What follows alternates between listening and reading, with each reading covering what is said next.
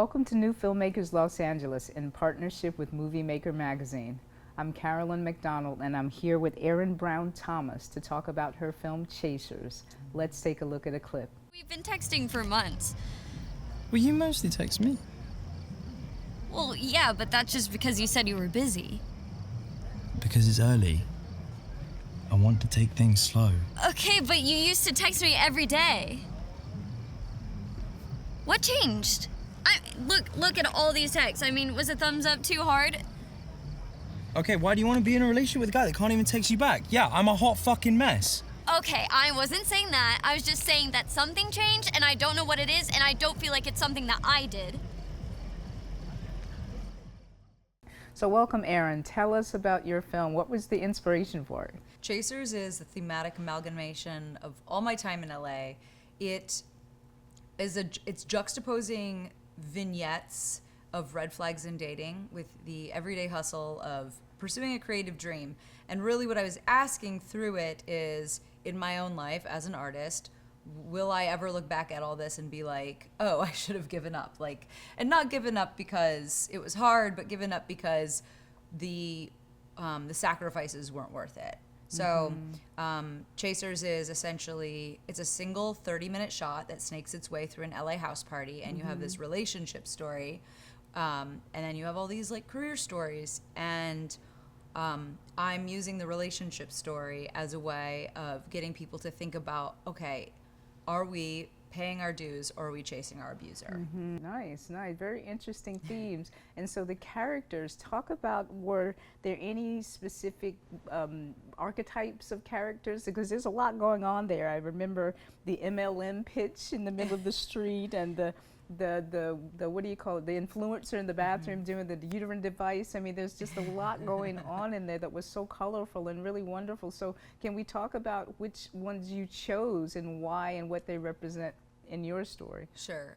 The moment I knew I wanted to do this concept, I brought it to Sierra Croney, she played Sophia, the lead female who's in the relationship storyline.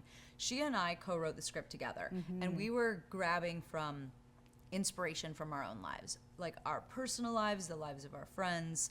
We weren't really looking for archetypes. We were more asking ourselves, with each character, what is the lie they believe that allows them to keep moving forward?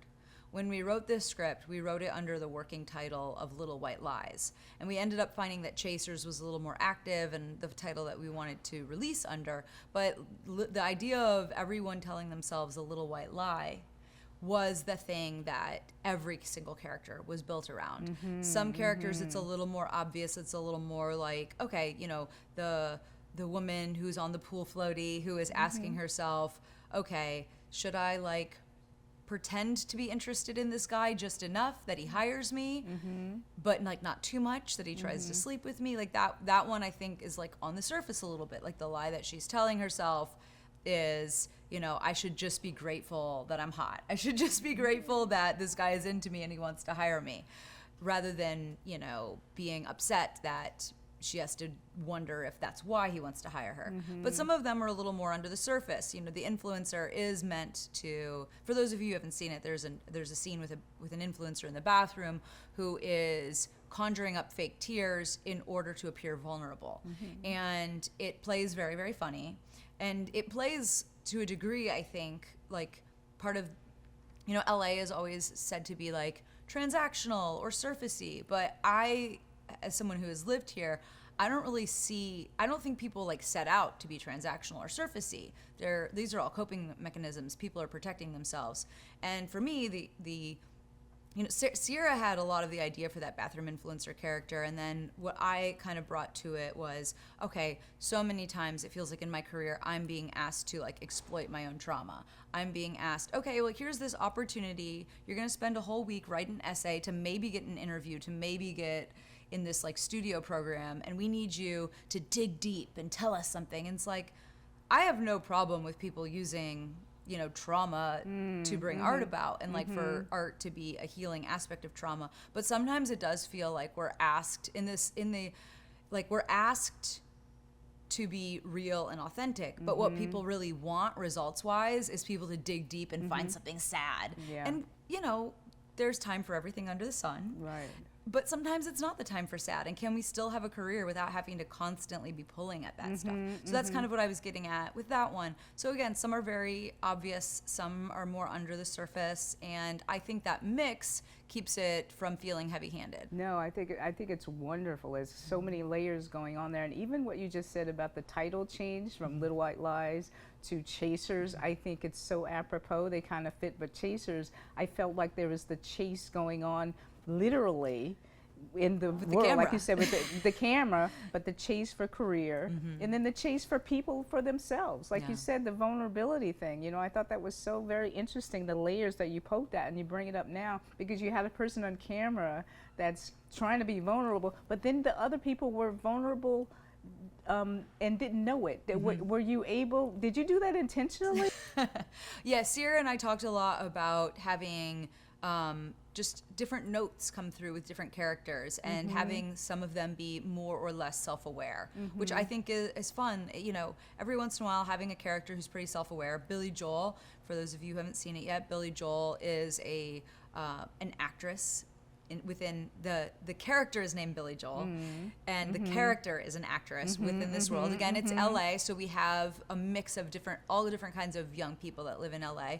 But you know, she's kind of over the scene, and like she's telling Sophia, you know, like, I'm sick of watching people chase the dangling carrot. So she is waking up to that. We knew that the theme would pop a little bit more if we came at it from all these different angles. Yeah, no, it's very, very strong, and you can see the chase, you can see the struggle.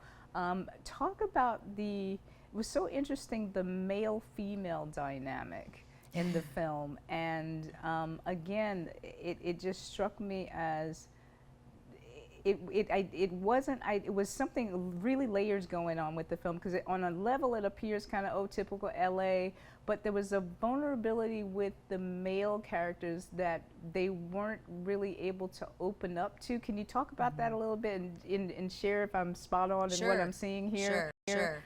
Well, let's talk about the character of Jacob. Jacob is the most prominent male character in the film. He is the object of Sophia's affection, and her, like, very obviously stated objective from the beginning, from the jump, is I'm going to ask this guy to my sister's wedding. She is trying to essentially move this relationship out of the situationship zone and into something that feels a little more labeled, a little bit more like dependable.